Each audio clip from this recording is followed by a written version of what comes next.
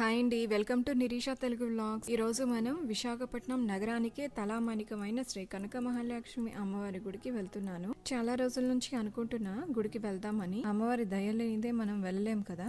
అమ్మవారి ఆజ్ఞ ఈ రోజు వచ్చింది అనుకుంటున్నాను. ఇంకా వెంటనే బయలుదేరిపోయాను అనమాట. మార్నింగ్ వెళ్ళేసరికి జనాలు అయితే చాలా ఎక్కువ రద్దీగా ఉంది. కొంచెం పార్ట్ అయితే మాత్రం ఒరిజినల్ గానే ఆడియో అయితే పెట్టేశాను అనమాట. చూడండి.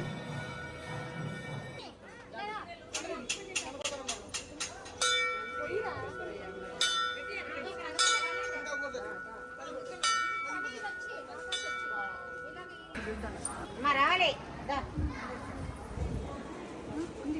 కటింగ్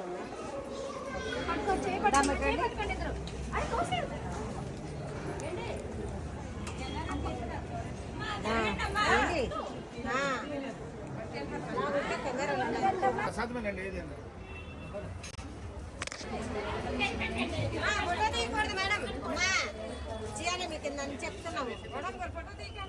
గుళ్ళో దర్శనం అయితే బాగా జరిగింది, కానీ అక్కడ ఏంటంటే ఫొటోస్ కానీ వీడియోస్ కానీ ఏమీ తీనివ్వట్లేదన్నమాట. ఫస్ట్ ఏంటంటే గుడికి వెళ్ళిన తర్వాత దర్శనం చేసుకున్నా, అప్పుడు రద్దీగా అనిపించింది. దాని తర్వాత మళ్ళీ కాసేపు అయింది అక్కడ అలాగా కూర్చొని చూసేసరికి జనాలందరూ వెళ్ళిపోయారు. ఇంకా ఖాళీగా ఉందన్నమాట. తిరిగి మళ్ళీ వెళ్ళి దర్శనానికి వెళ్ళాను అనమాట. ఇది మళ్ళీ సెకండ్ ట్రిప్ ఇప్పుడు చూస్తున్న వీడియో క్లిప్ అయితే. ముందేంటంటే జనాలు ఎక్కువ ఉండడంతో ఏంటంటే అక్కడ ఉండేవాళ్ళు, వర్క్ చేసేవాళ్ళు వెళ్ళిపోండి అని చెప్పేసి అనేవాళ్ళు. ఇప్పుడైతే అదేం లేకుండా ఫ్రీగా ప్రశాంతంగా, ఎలా అంటే పాలు, పసుపు, కుంకుమ, పువ్వులు చక్కగా ప్రశాంతంగా పూజ చేసుకోవచ్చు అన్నట్లా ఉందన్నమాట. సో చాలా బాగా జరిగిందనే చెప్పుకోవాలి. అదే అంటారు కదా, దేవుడి దయ లేకపోతే మనకి ఏమీ చేయడానికి అవ్వదు. ఎన్ని అనుకున్నా సరే, ఎంత చేద్దాం అనుకున్నా సరే ఆ పనికైతే కుదరదు అని అంటారు కదా. నాకు ఈ రోజు అలానే అనిపించింది. అమ్మవారి దయ నా పైన నిజంగా ఉంది అని అనిపించింది ఈ రోజు అయితే మాత్రం.